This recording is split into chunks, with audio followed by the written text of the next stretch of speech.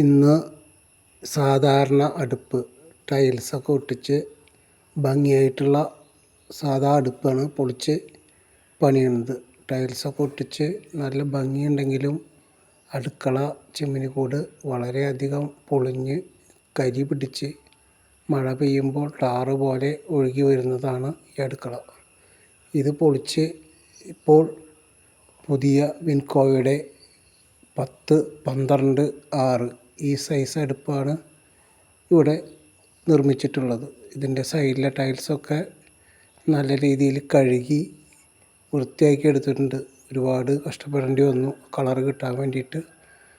എന്നാലും ആ സൈഡിലെ ടൈൽസോ പഴയ ടൈൽസാണ് സൈഡിലുള്ളത്. അതിനൊന്നും കുഴപ്പമില്ലാതെ അടിയിലുള്ള ഡിസൈനുള്ള ടൈലും അതും പൊളിഞ്ഞു പോകാത്ത രീതിയിൽ നല്ല രീതിയിൽ കട്ട് ചെയ്ത് ഫിനിഷ് ചെയ്ത് ഇതുപോലെയൊക്കെ എടുക്കാൻ കഴിഞ്ഞിട്ടുണ്ട്. പണി പൂർത്തീകരിച്ച് വൃത്തിയായി ചെയ്യാൻ കഴിഞ്ഞു.